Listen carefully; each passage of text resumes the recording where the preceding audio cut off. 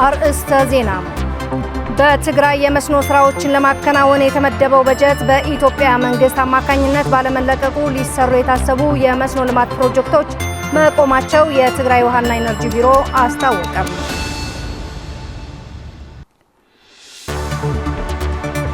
የአድግራትና የራያ ዩኒቨርሲቲ በተለያዩ የትምህርት ዘርፎች ያስተማራቸውን ተማሪዎች በዛሬው ዕለት አስመረቁ።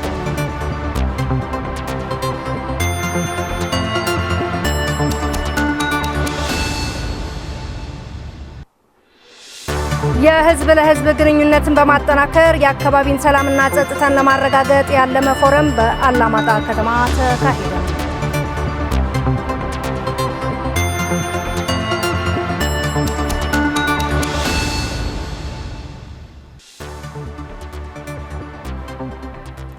ሰላም ጤና ይስጥልን ውድ ተመልካቾች፣ ከትግራይ ቴሌቪዥን በቀጥታ የሰዓቱን አበይት ዜናዎች ይዘን ቀርበናል። ፉርቱና ገብሩ ወደ ቀዳሚ ዜና አልፋለሁ።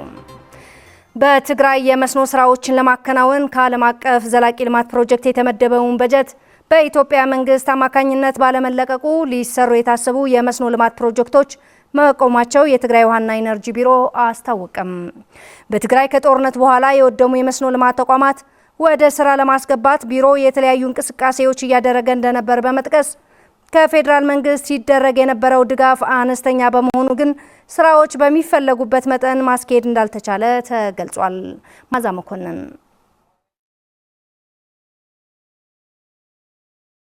በትግራይ ከጦርነቱ በፊት በነበሩ በርካታ ዓመታት የትግራይ አርሶ አደር ክረምት በመጠበቅ ከሚያገኘው ምርት ባለፈ በመስኖ ስራ በማሰማራት በአመት ሁለትና ከዚያ በላይ የሚያለማበት ሁኔታ ተፈጥሮ አርሶ አደሩ በምግብ ራሱን በመቻል ከራሱ አልፎ ወደ ገበያ በማቅረብም ህብረተሰቡ ተጠቃሚ ያደረገበት ሁኔታ ተፈጥሮ ነበር። ከትግራይ ቴሌቪዥን ጋር በመስኖ ልማት ስራዎች ዙሪያ ቆይታ ያደረጉት የትግራይ ውሃና ኢነርጂ ቢሮ ምክትል ኃላፊና የመስኖ ልማት ዳይሬክቶሬት ዳይሬክተር አቶ መላኩ እስጢፋኖስ በትግራይ ከጦርነቱ በፊት በርካታ የመስኖ ልማት ተቋማት ተገንብተው ህብረተሰቡ በመስኖ ልማት ተጠቃሚ መደረጉን ገልጸው በዚህም 64000 ሄክታር መሬት በመስኖ ልማት ተሸፍኖ እንደነበረም ያስረዳሉ። በርከት ያሉ የውሃ ስትራክቸሮች የመስኖ ስትራክቸሮች በመገንባት ህብረተሰቡን ተጠቃሚ ሲሆን ቆይተዋል። የተለያዩ ትላልቅ የመስኖ ተቋማት ግድቦች፣ የውሃ ጠለፋ፣ ጥልቅ የውሃ ጉድጓድ እና ሌሎች በመገንባት ለህብረተሰቡ በማስረከብ ተጠቃሚ ሆኖ ነበር ማለት ነው። ሆኖም ግን በትግራይ በታወጀው ጆኖሳይዳዊ ጦርነት ምክንያት በትግራይ የነበሩ የመስኖ ተቋማት ወድመው መዘረፋቸውን በመጥቀስ በስራ ላይ የነበሩና ለመስራት የታቀዱ ፕሮጀክቶችም መቋረጣቸው ይገልጻሉ። በጦርነቱ ምክንያት ሰፊ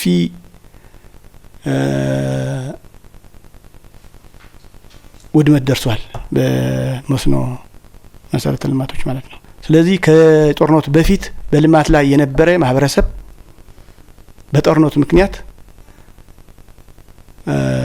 ወደ ኋላ ተመልሷል ማለት ነው። በአመት 2-3 ሲያለማ የነበረው ከጦርነቱ በፊት የምግብ ዋስትናው በማረጋገጥ ሂደት ላይ የነበረ ማህበረሰብ አሁን ግን ወደ የእርዳታ እህል ጠባቂነት ተመልሰዋል ማለት ነው። በትግራይ ጦርነት እንዲያበቃ የተደረሰው የሰላም ስምምነት ተከትሎም የተጀመሩ የመስኖ ልማት ስራዎችና የተቋረጡ ፕሮጀክቶች የማስቀጠል ስራዎች ተጀምረው እንደነበረ አቶ መልአኩ አንስተው ቢሆንም ግን ከፌዴራል መንግስት የነበረው ድጋፍ አነስተኛ በመሆኑ ስራዎቹ በሚፈለጉት መጠን ማስኬድ እንዳልተቻለም ተናግረዋል። ተጎድተው የነበሩ ስትራክቸሮች ጠግነን ወደ ልማት ለማስገባት ብዙ ስራዎች ተሰርተዋል። በክልላችን ጉልበት ማለት ነው። በራሳችን እውቀት፣ በራሳችን ጉልበት፣ በህብረተሰቡ ጉልበት በፌዴራል መንግስት ማለት በፌዴራል መንግስት ሲሰጠን የነበረው እገዛም በጣም ትንሽ ነው። ያኔ ብዙ ጊዜ ኮምፕሌንስ እናደርግ ነበር። ሚኒስቴር መስሪያ ቤቱ ብዙ ጊዜ ኮምፕሌንስ እናደርግ ነበር። ግን ምንም ለውጥ አልመጣም ማለት ነው። ይህ በእንዲህ እንዳለም በዚህ ዓመት ከዓለም አቀፍ ዘላቂ ልማት ፕሮጀክት ለትግራይ መስኖ ስራዎች ማስኬጃ የተመደበ 239 ሚሊዮን ብር እንደነበረ ያነሱት አቶ መልአኩ ይህ በጀት የተለያዩ የመስኖ ስራዎች ለማከናወን እንደ ቢሮ እቅድ ቢያዝበትም እንኳን በኢትዮጵያ መንግስት አማካኝነት ግን በጀቱ አለመለቀቁና ይህንን ተከትሎ ሊሰሩ የታሰቡ ፕሮጀክቶች መቆማቸውንም አቶ መልአኩ እስጢፋኖስ ገልጸዋል። ሌላው ትልቁ ነገር የኤስዲጂ ፕሮግራም ነው። በኤስዲጂ ፕሮግራም ለመስኖ ብቻ ማለት በፋይናንስ ቢሮ ስለሚመጣ በፋይናንስ ቢሮ ድልድል ተደርጎ ለመስኖ 239 ሚሊዮን አካባቢ ነው የተመደበው። ስለዚህ እስካሁን ስላልመጣ ምንም ወደ ስራ መግባት አልቻልንም። በጀቱ አልተለቀቀም፣ አልተላከም። በሌላ ዜናም በትግራይ በዚህ ዓመት የዝናብ እጥረት ሊያጋጥም ስለሚችል የተገኘውን ውሃ ለማቆር ጥረት እንደሚደረግ ተገለጸም። በተያያዘው ክረምት በትግራይ የዝናብ እጥረት ሊያጋጥም እንደሚችል መተንበዩን ተከትሎም ድርቅ የሚቋቋም ኢኮኖሚ በመፍጠር በመስኖ ልማት ዙሪያ ትኩረት ተደርጎ እንደሚሰራም የትግራይ ውሃና ኢነርጂ ቢሮ ምክትል ኃላፊ አቶ መልአኩ እስጢፋኖስ ገልጸዋል። ተጨማሪ ያለን መስተካከል አለበት። በፌደራል በኩል ያለውን ነገር መስተካከል አለበት። ይሄ የህዝብ ጉዳይ ነው፣ የመኖርና ለመኖር ጉዳይ ነው እንጂ የፖለቲካ ጉዳይ አይደለም፣ የመስኖ ጉዳይ። እንደ ህዝብ ግን ዝም ብለን መጠበቅ የለብንም። በዚህ ክረምት የሚዘንበውን ዝናብ ወደ ኤግዚስቲንግ ማለት አስቀድመው የተገነቡ ስትራክቸሮች አሉኝ፣ አዲስ ስትራክቸር መገንባት አለብን በጉልበት ማለት ነው። ፌደራል መንግስት በጀት ስላለቀቀ ነዳጅም ስላለቀቀ ስለዚህ ዝም ብለን መራብ የለብንም። ህብረተሰቡ በጉልበቱ የሚዘንበውን ዝናብ በተገቢው ሁኔታ ወደ ስትራክቸሮቹ ለመግባትና ለመስኖ ልማት ሬዲ ማድረግ ይጠበቅብናል። ስለዚህ ህብረተሰቡ በዚህ ዙሪያ መስራት አለበት። ባለሙያውን በዚህ ዙሪያ ህብረተሰቡን ማሳመን፣ ማገዝ፣ ቴክኒካሊም መስራት ይጠበቅበታል ነው የምለው። ይህ በእንዲህ እንዳለ አሁን ያለው ኋላ ቀር የእርሻ ስራዎች ወደ መካናይዜሽን በመቀየር በኢኮኖሚ ራሳችን ለመቻል የምግብ ዋስትናችን ለማረጋገጥ እየተሰራ መሆኑ የትግራይ ተፈጥሮ ሀብትና እርሻ ቢሮ ኃላፊ አቶ አለም ብርሃን ሀሪፈዮ ገለጹም። ሁለንተናዊ ምርት ማሳደግ ህልውናን ደህንነትን ለማረጋገጥ በሚል መሪ ቃል የትግራይ ተፈጥሮ ሀብትና እርሻ ቢሮ ከባለድርሻ አካላት ጋር በመካሄደው የውይይት መድረክ ላይ ነው እንዲህ የተባለው። ሰለሞን አስመላሽ ሁለንተናዊ ምርት ማሳደግ ህልውናና ደህንነት ለማረጋገጥ በሚል መሪ ቃል የትግራይ ተፈጥሮ ሀብትና እርሻ ቢሮ ከባለድርሻ አካላት ጋር የውይይት መድረክ አካሄደም። የኤልኒኖ አደጋ ለመከላከልና የትግራይ እርሻ በማዘመን ራስን ለመቻል ከሚመለከታቸው አካላት ጋር በመቀናጀት ሁለንተናዊ ዝግጅት ለማድረግ ያለመ ይህ የውይይት መድረክ አሁን ያለው የህልውናና ደህንነት አደጋ ለመከላከል የምግብ ዋስትና ማረጋገጥ ጉዳይ ወሳኝ መሆኑ በመድረኩ ተገልጿል። አሁን ያለው ኋላ ቀር የእርሻ ስራዎች መካናይዜሽን በመቀየር በኢኮኖሚ ራሳችን ለመቻል የምግብ ዋስትናችን ለማረጋገጥ የተሰራ መሆኑ የትግራይ ተፈጥሮ ሀብትና እርሻ ቢሮ ኃላፊ አቶ አለም ብርሃን ሀሪፈዮ ገለጹም።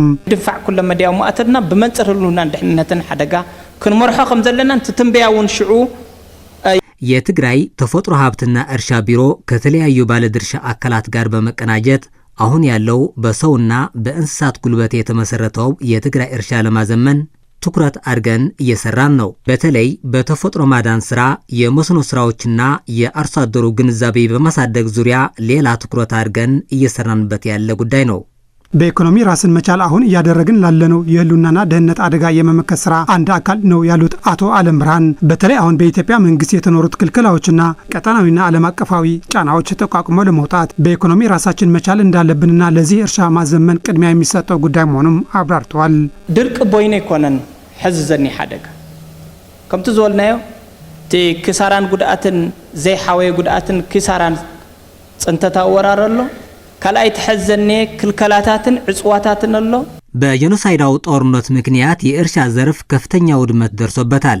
አሁንም የኢትዮጵያ መንግስት የበጀት ነዳጅና የእርሻ ግብዓቶችን ጨምሮ ወደ ትግራይ የሚገቡ መሰረታዊ ነገሮች በመከልከል ህዝባችን ለከፍተኛ ጫና ዳርጎታል። ሌላው በቀጠናዊና ዓለም አቀፋዊ ጫናዎች እንዲሁም የኢሊኖ አደጋ አለ። ስለዚህ እነዚህ ጫናዎች ተቋቁመን ምርትና ምርታማነታችን በማሳደግ በኢኮኖሚ ራሳችን ለመቻል አሁን ያለው ኋላ ቀር የእርሻ ስራዎችን በመካናይዜሽን በመቀየር ማዘመን አለብን። በመድረኩ የተገኙ ተሳታፊዎችና ባለድርሻ አካላት በበኩላቸው የትግራይ እርሻ በማዘመንና ምርትና ምርታማነትን ለመጨመር በሚደረገው ጥረት የበኩላቸው ሚና እንደሚጫወቱ ገልጸዋል። አድግራት ዩኒቨርሲቲ 13ኛ ዙር በድህረ ምረቃና ቅድመ ምረቃ በተለያዩ የትምህርት ዘርፎች ያስተማራቸውን 181 ሴቶች የሚገኙበትን 524 ተማሪዎች በዛሬው ዕለት አስመረቀም።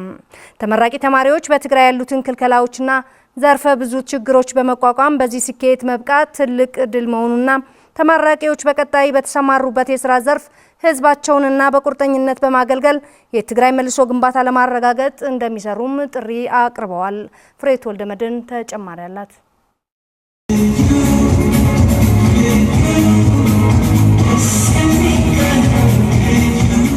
የአድግራት ዩኒቨርሲቲ 13ኛ ዙር በድህረ ምረቃና ቅድመ ምረቃ በተለያዩ የትምህርት ዘርፎች ያስተማራቸው 181 ሴት የሚገኙባቸው 524 ተማሪዎች በዛሬው ዕለት አስመርቋል።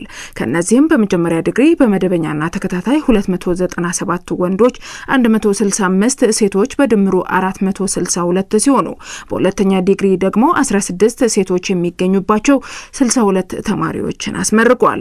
በምርቃት ስነ ስርዓቱ ላይ ተገኝተው የመክፈቻ ንግግር ያደረጉት የአድግራት ዩኒቨርሲቲ ፕሬዝዳንት ዶክተር ገብረ ሚካኤል ወልደ ገብርኤል በ2004 ዓ.ም 960 ተማሪዎችን ተቀብሎ ማስተማር የጀመረው አድግራት ዩኒቨርሲቲ ዛሬ የሚመረቁትን ጨምሮ ከ27000 በላይ ተማሪዎች ማስመረቁንም ተናግረዋል። በትግራይ በተካሄደው ጆኖሳይዳዊ ጦርነት ከባድ ጉዳት ከደረሰባቸው የትግራይ ከፍተኛ የትምህርት ተቋማት መካከል አንዱ አድግራት ዩኒቨርሲቲ መሆኑን የገለጹት ዶክተር ገብረ ሚካኤል በዩኒቨርሲቲው የደረሰውን ውድመት በመጠገንና መልሶ በመገንባት ዘመናዊ የሆኑ ቴክኖሎጂዎችም ለማስገባት እየሰራ እንደሆነም ፕሬዝዳንቱ ጠቁመዋል። በእድሜው ትንሽ ሆኖ ትልቅ ስራዎች እየሰራ ያለ ተቋም ነው።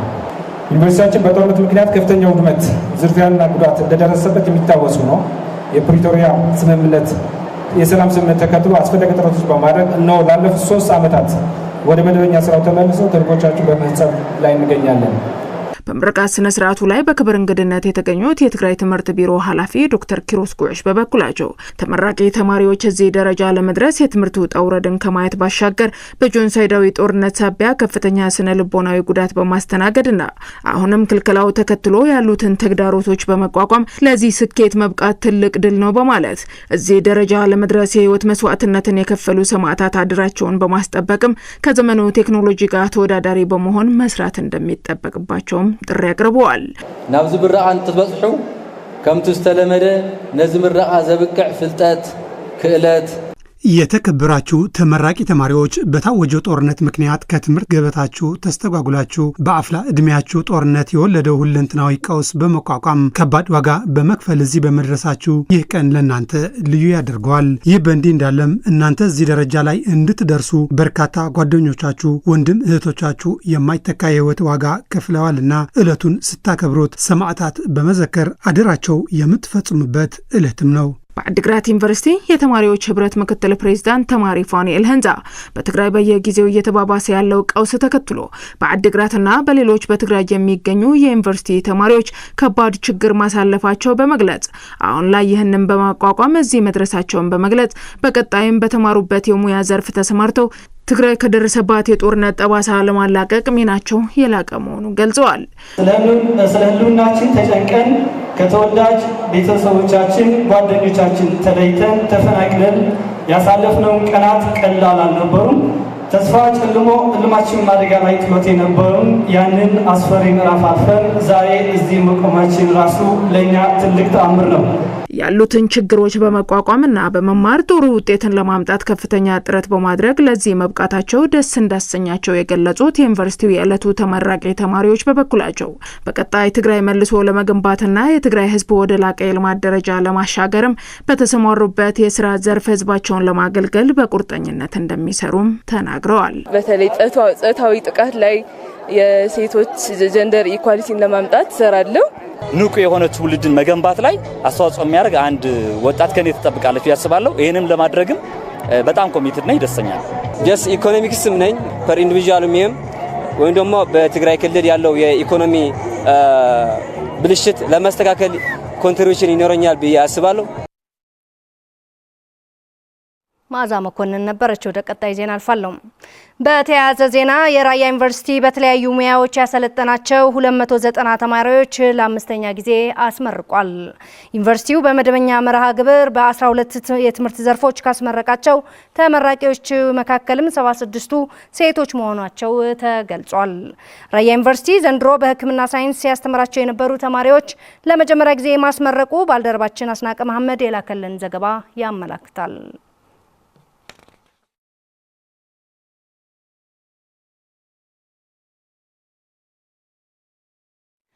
የህዝብ ለህዝብ ግንኙነት በማጠናከር የአካባቢውን ሰላምና ጸጥታ ለማረጋገጥ ያለመ ፎረም በአላማጣ ከተማ ተካሄደም። የፎረሙ መቋቋም የህዝብ ለህዝብ ግንኙነት በማጠናከር በአጎራባች ክልሎች አዋሳኝ የሚገኙ በህዝብ በፈለጉ አካባቢዎች የንግድ እንቅስቃሴዎች ያለ ስጋት እንዲካሄድ የሚያግዝ በመሆኑ የህዝብ ለህዝብ ግንኙነቱ ተጠናክሮ እንዲቀጥል የሚመለከታቸው አካላት በትኩረት ሊሰሩ እንደሚገባም ተገልጿል። ብርቱካን ጌታዬ በትግራይ አማራና አፋር ህዝቦች መካከል ያለውን የህዝብ ለህዝብ ግንኙነትን በማጠናከር የአካባቢን ሰላምና ጸጥታ ለማረጋገጥ ያለመ ፎረም በትግራይ ደቡባዊ ዞን አላማጣ ከተማ ተካሂዷል። ሰላማዊ የህዝብ ለህዝብ ግንኙነትን ለማጠናከር ከትግራይ፣ አፋር፣ አማራና ዋግምራ የተወጣጡ የሀገር ሽማግሌዎች፣ የሃይማኖት መሪዎችና ሌሎች የህብረተሰብ ክፍሎች የተሳተፉበት መድረክ መሆኑንና በመቀለ ከተካሄደው ፎረም የቀጠለ እንደሆነም ተገልጿል። የመድረኩ ተሳታፊዎች እንዳሉትም ፎረሙ መቋቋም የህዝብ ህዝብ ግንኙነትን በማጠናከር ህብረተሰብ በፈለጉት አካባቢዎች የንግድ እንቅስቃሴዎችን ያለ ስጋት እንዲያካሂዱ ትልቅ ሚና እንዳስመዘገበና ይህም ተጠናክሮ እንዲቀጥል የሚመለከታቸው አካላት በትኩረት ሊሰሩ ይገባልም ብለዋል። አሁንም ደግሞ ሐሳባችን እኛ የምናስበው ሰላም ነው፣ ሰላም ፍቅር፣ ሰላም መኖር ነው የምንፈልገው እኛ። የአሁኑ ሐሳብ የቅንጥል ሐሳቡ ቀርቶ አብሮ ለመብላት አብሮ ለመጠጣት አንድ ሻሸት አንድ እስላም ወተት ሆነን ለመኖር ትንሹ ትልቁ ተስማምቶ በአንድ ላይ እንዲኖር ነው የፈለግነው። ገበሬ አርሶ እንዲበላ፣ ነጋዴም እንዲነግድ፣ ዞሮ ዞሮ ግንበኛም በግንበኝነቱ ሰላም ለመኖር ሰላም ፍቅር የሚገኘው ሰላም ነው፣ ሀጠባ አይደለም። መድረኩም ደግሞ እንግዲህ ሰፋ ይበል የምንቀጥልበት ይሁን። ህዝብ ለህዝብ ተገናኝቶ ልክ እንደ ቀድሞ ብሉልኝ ጠጡልኝ ተስማምተን ተራርተን ተዋይተን የፈለግንበት ቦታ ሄደን የፈለግነው ቋንቋ ተናግረን የፈለግነው እንድንለወጥ ህዝብ ለህዝብ የሰላም ፎረሙ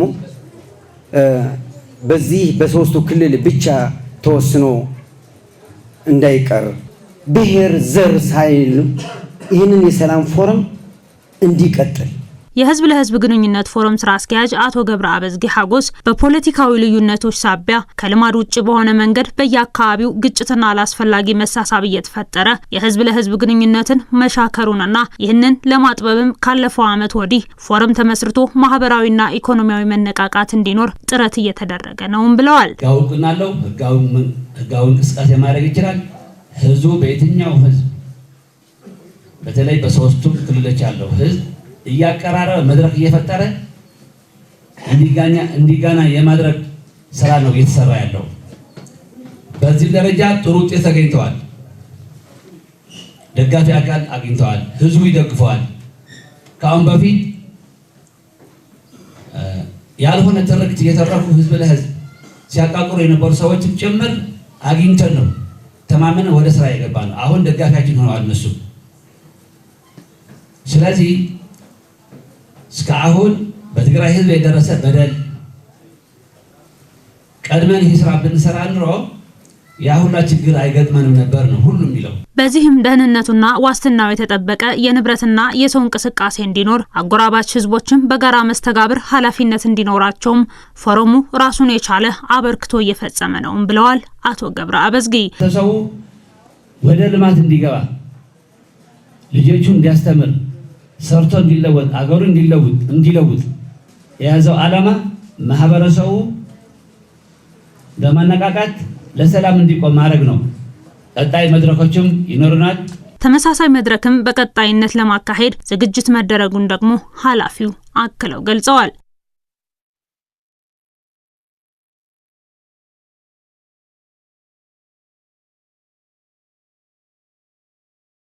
በመጨረሻም 1448ኛው የአሹራ በዓል በአልነጃሽ መስጊድ በድምቀት ተከብሯል። ከፍተኛ የእስልምና ሃይማኖት አባቶች፣ ከተለያዩ አካባቢዎች የመጡ የእምነት ተከታዮችና የትግራይ ባህልና ቱሪዝም ቢሮ ከፍተኛ አመራሮች በተገኙበት የአሹራ በዓል ተከብሯል። የአንድነታችንና የመቻቻል መገለጫ የሆነው የአልነጃሽ መስጊድ ታሪክና ክብር፣ ሃይማኖታዊና እሴቱንና ትውፊቱን በመጠበቅ በጦርነት የደረሰበትን ውድመት በመጠገን ለቱሪዝም መስህብነት ለማዋል የጋራ እንቅስቃሴ እንደሚያስፈልግም ተገልጿል። በጦርነቱ አጋጥሞት የነበረው ታሪካዊ የአልነጃሽ መስጊድ ወደ ነበረበት ለመመለስ ቲካ የተሰኘው በጎ አድራጊ ድርጅት ከትግራይ ቱሪዝም ቢሮ ጋር በመተባበር ጥገናና እድሳት በማድረግ ተመርቋል። የአልነጃሽ መስጊድ ታሪኩንና ቅርሱን በመጠበቅ ለትውልድ ማስተላለፍ እንደሚገባም ተገልጿል። የአሹራ በዓል በነጃሽ እጥረትና በሁለንተናዊ ክልከላዎች ምክንያት በዓሉ በድምቀት ከዚህ በፊት ሲከበር እንደነበረው እንዳልሆነና እንደተቀዛቀዘም በአልነጃሽ መስጊድ በዓሉን ሲያከብሩ ያገኘናቸው የእምነቱ ተከታዮች ተናግረዋል። የትግራይ ባህልና ቱሪዝም ቢሮ ኃላፊ አቶ ድሪ አስኮደም በበዓሉ ተገኝተው ጥንታዊና ታሪካዊ አልነጃሽ መስጊድ በዩኔስኮ እንዲመዘገብ ከስድስቱ ሶስቱን ቢያሟሉም ከጊዜያዊነት መመዝገቡን ገልጸው አሁንም በቋሚነት ለማስመዝገብ ከባለ ድርሻ አካላት ጋር በጋራ በመስራት ለማስመዝገብ እንደሚሰራ ገልጸዋል። ባልደረባችን ታደሰ ልጅ አለም ከአልነጃሽ ያዘጋጀልን ነበር።